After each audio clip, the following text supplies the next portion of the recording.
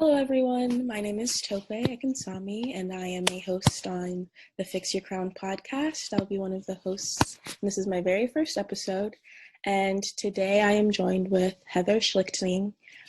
She is the founder of the Wright Blend, which is a marketing organization. Hello. Hi, how are you? Good, how are you this afternoon? Great. Before we get into everything, I want to know how you're doing with the pandemic and everything. How's it been affecting you and your work, or just like your day-to-day life? How has it been since everything has started? Well, I've been working at home every day since mid-March and, doing the best I can. I am trying to keep in touch with a lot of friends, probably go out maybe once a week, not even, to see people face to face. But I'm finding different ways to keep myself entertained and keep myself busy and focused on work. Yeah, I feel like during this time it's like important to stay busy because everyone's like set schedule has been like shifted quite significantly, and it's good to have like things that you do every day to like have self-care and still like stay grounded in everything that you're doing. Definitely. Yep.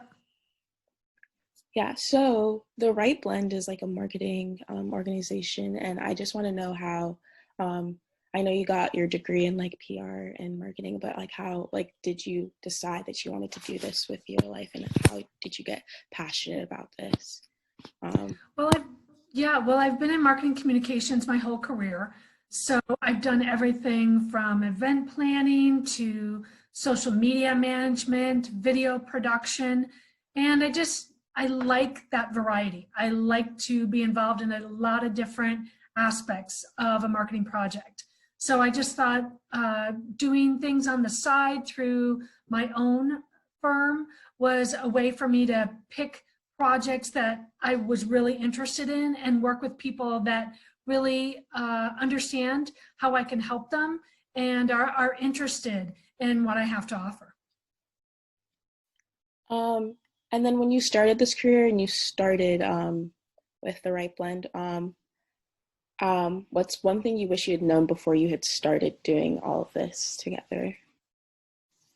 Well, I think when I started my career, I think I needed to, as a younger person, really ask for what I want, tell people what I want, and then ask them, how do I get to that point? What are the steps I should take to do that? Not assume that people know what your talents are and what you're really interested in. You really have to communicate to people and take their advice. If they've got just a small bit of advice that you want to take, definitely take it, because that's a gift to you. And let that kind of shape you, and think about, bragging a bit about who you are and what you can do, and make sure people know about it. And since you are marketing and you're marketing different things, how would you say is the best way to like market yourself? Like you're talking about that, like as a young person, like I'm looking for work currently, and then other young people are currently looking for work. And I think that one important thing that we don't realize is like it's important to market yourself and everything that you do, because all businesses are looking for the perfect candidate, but like what would be like the best way to do that? Well, I think as a marketing professional, you have to know a lot of things. You have to be a good communicator, a good writer, a good public speaker, be great at social media, understand how websites work, and the list goes on and on. Now, a lot of other professions are similar to that, but I think what's really important is you need to understand what are you really good at, and then hone in on those skills and make sure other people know those, that you're really good at that's what you're an expert at. Being a jack of all trades means you're a master of none.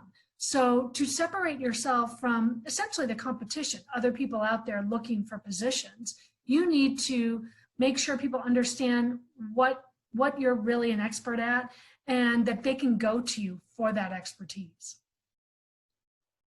And then for like getting all these expertise, what are like the best resources that you've used that have helped you along your journey?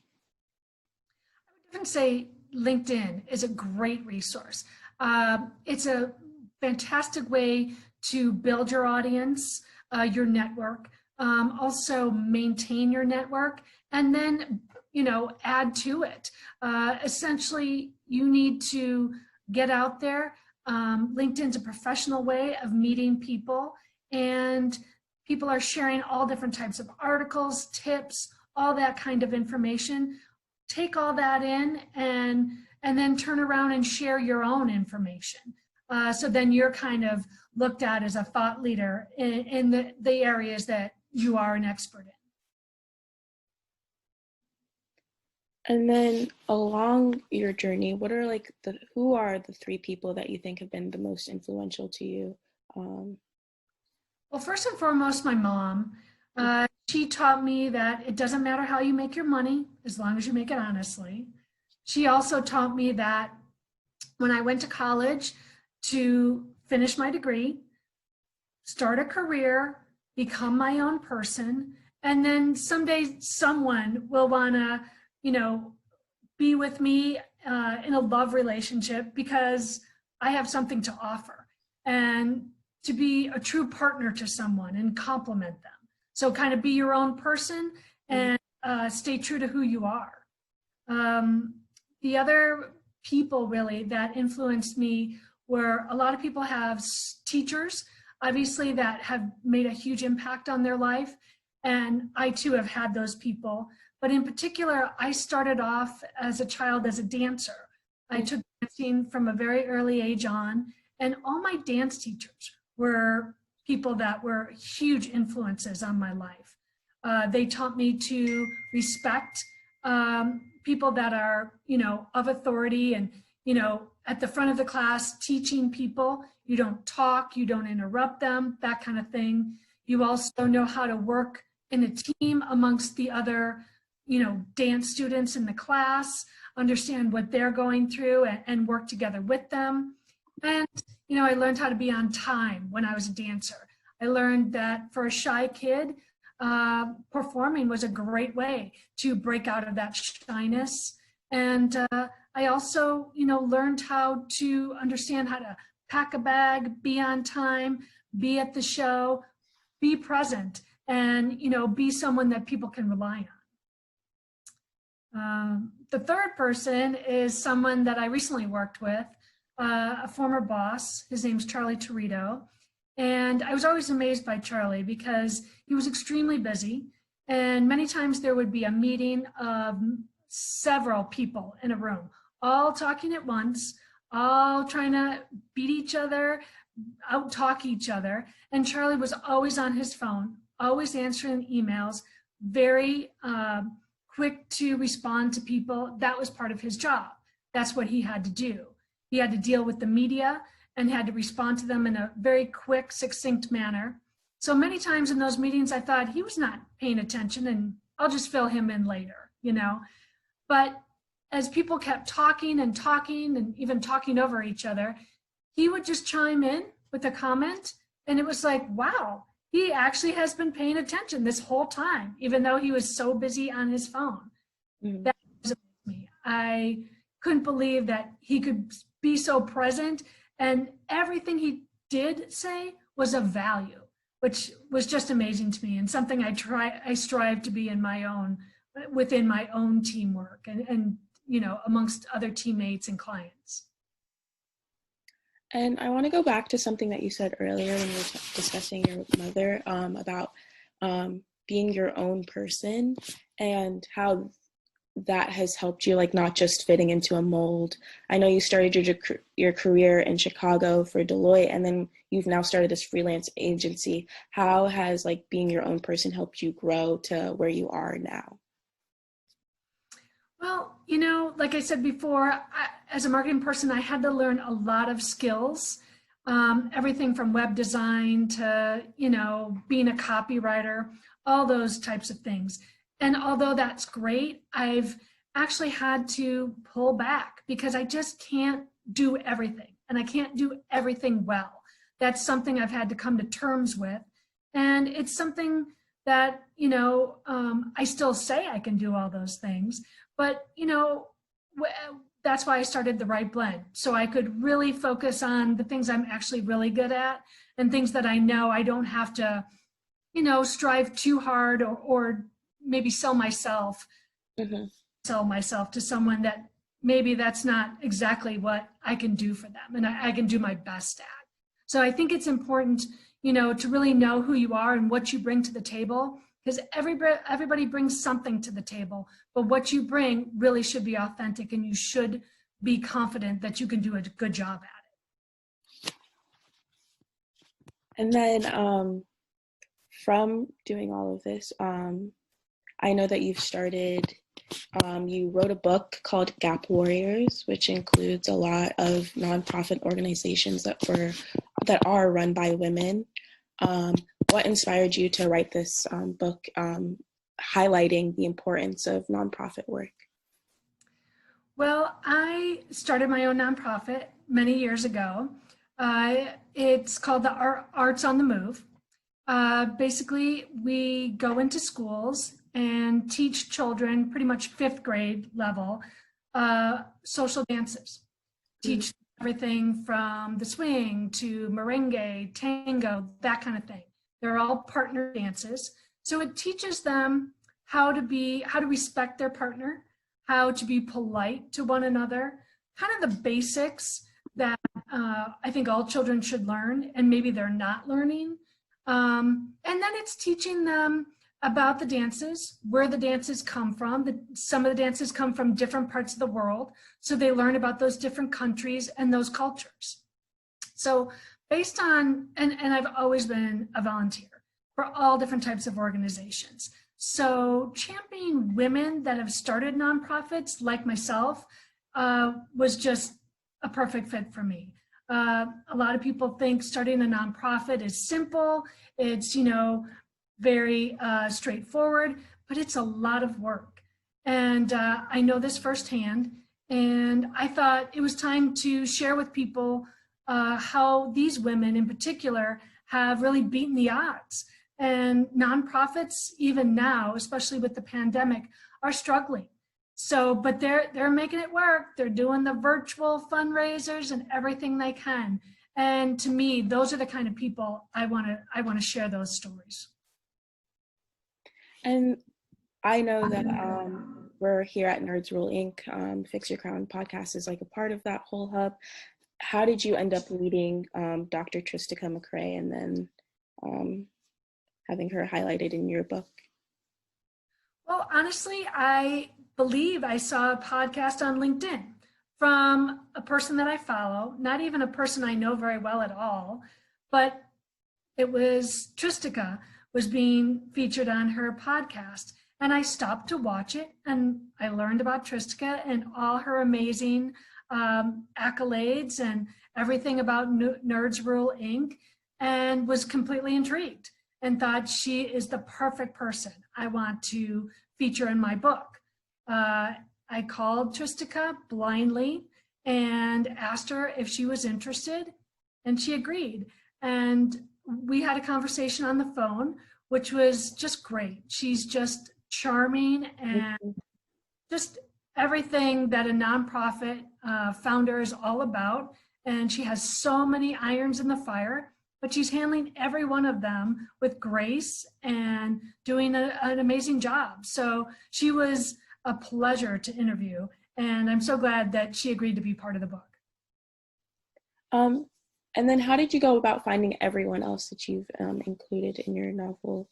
Is it all through LinkedIn? Like what criteria were you looking for to like include, have people included in the book? Well, honestly, I sent out a Facebook message to my friends and followers and asked them, do you know of a female nonprofit founded nonprofit? And I had a whole list of people that they had recommended.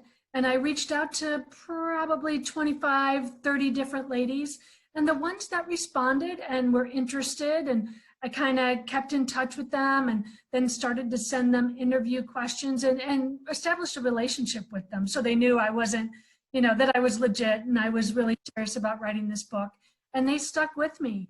And that's how I did it. Most of these women, I don't know at all. So it was a great opportunity to meet some interesting ladies who are doing some great stuff for their communities. And what made you want to highlight women specifically that are doing nonprofit work? Well, I think championing women is what all women should really do. So again, I started my own nonprofit. I knew the pitfalls and the challenges, and I just wanted to highlight what other ladies are doing, get their tips, get their challenges, so that if someone were to read my book and wanted to start their own nonprofit, hopefully they got some good tips and can maybe sidestep some of the challenges. I think women are always doing amazing things, and those are the kind of people that I want to highlight. Mm-hmm. I think it's especially important in nonprofit work that I think some of the values that people have in 2020 is like everything is a competition. And I think that with nonprofit work, there's like room for everyone. And it's really important to lift each other up instead of just creating division when there doesn't need to be any. So, yeah, I agree. Of course. Yeah, there's no room for competition in this. Everybody's fighting for those supporters, fighting for those volunteers, and you really should support others. If people aren't a good volunteer for your organization, recommend them to somebody else, because if they have that mindset and they want to give back, they'll give back for another organization and do just as good a job. definitely. And so you've been doing marketing for over how many years? Probably 15, 20 years. Yeah. 20 years. What advice would you like to give someone that's like interested in wanting to pursue a career like the one that you've created for yourself? I think you need to be open to taking people's advice, learning all the skills that you can learn, relearn them, and learn new ones. Just keep your hands in the mix, understand what's going on in your industry, and also learn about other things. Take on new hobbies. I think when people have a variety of hobbies and they're not so focused on their career, they become even more interesting. And then you can, based on those hobbies, maybe connect with other people, whether they be your teammates or clients or even future clients. I think you have to be agile and be open to anything, and really know who you are and what you want out of things. And again, communicate that to people, because there are so many people out there that will help you. If you put a message out there on LinkedIn saying, I'm looking for a job, this is what I'm looking for, someone will respond to you and they're going to help you, because that makes them feel good to help you. And then one day you turn around and help somebody else. It's kind of an ongoing thing, but it's just keep going, just keep going out there, learn more things, and accomplish as much as you can. Of course. And then what is like something that you would like to debunk about your profession that most people think? Sometimes I think other departments in an organization think that the marketing team might be fluffy. They're just, the creative types who, write nice, pretty things, put pretty pictures out there, that kind of thing.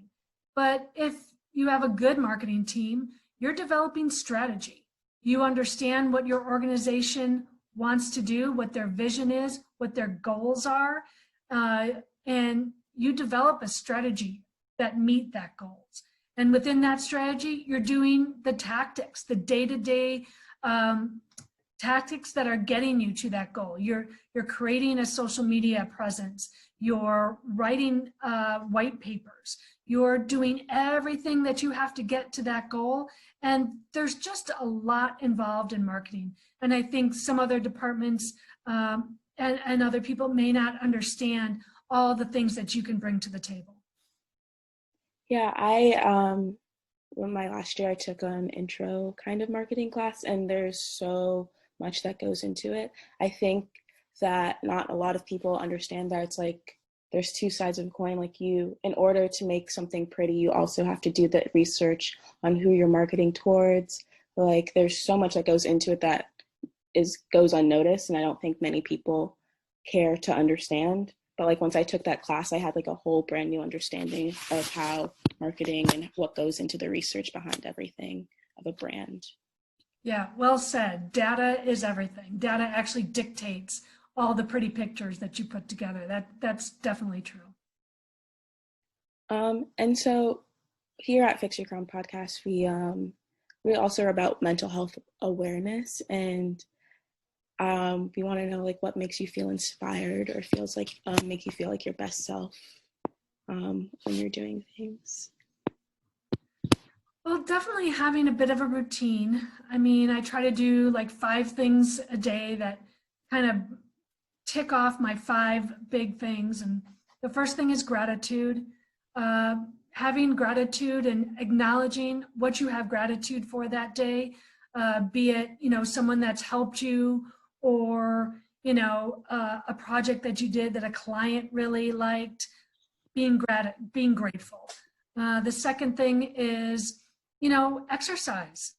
Get out there, be physically active, even if it's a 15-minute break and you lift a couple weights or do something in front of the TV.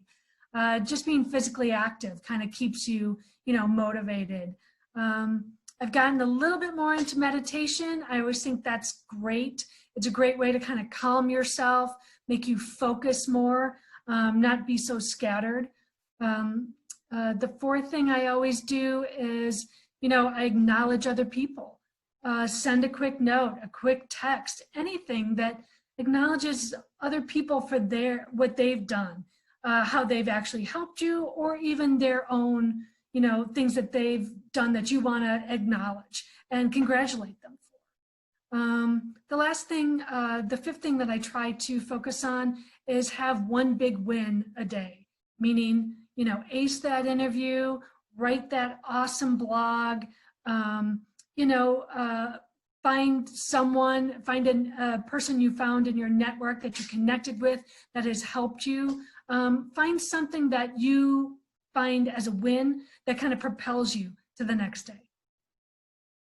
Yeah, I think it's important. I think everything that you've been listing is very important, especially gratitude and meditation, like doing things for yourself and finding time in each day, whether it's really small, is important.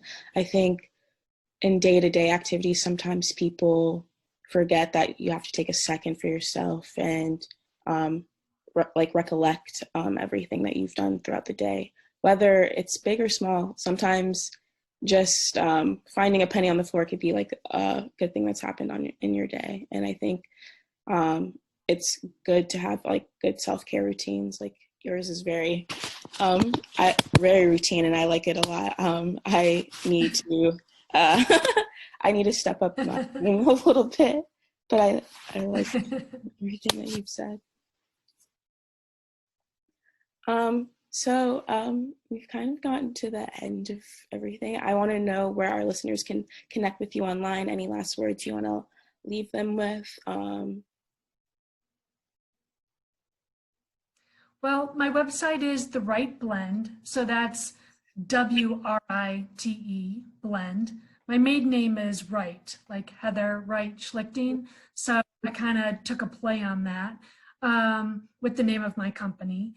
And essentially, The Wright Blend is, like the perfect blend of copywriting, social media, media relations, anything that is kind of an addition to what your organization is already doing, but maybe you just need a little extra help. That's how I consider what I do for people. And, I can create a strategy from scratch, or I can just fill in where maybe you just don't have a particular expertise. In terms of, dealing with your career, I think you just got to keep going at it. Keep applying to jobs, keep your name out there, comment on LinkedIn posts, whatever it is, Be authentic about who you are and what you want out of your career. That will only serve you well going forward. Okay, thank you so much for joining me today. It was my first interview with the Fix Your Crown podcast.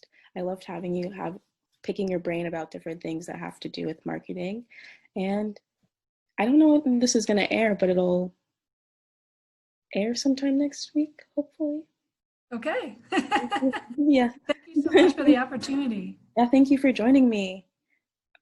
Thank you. Yeah, okay. Let's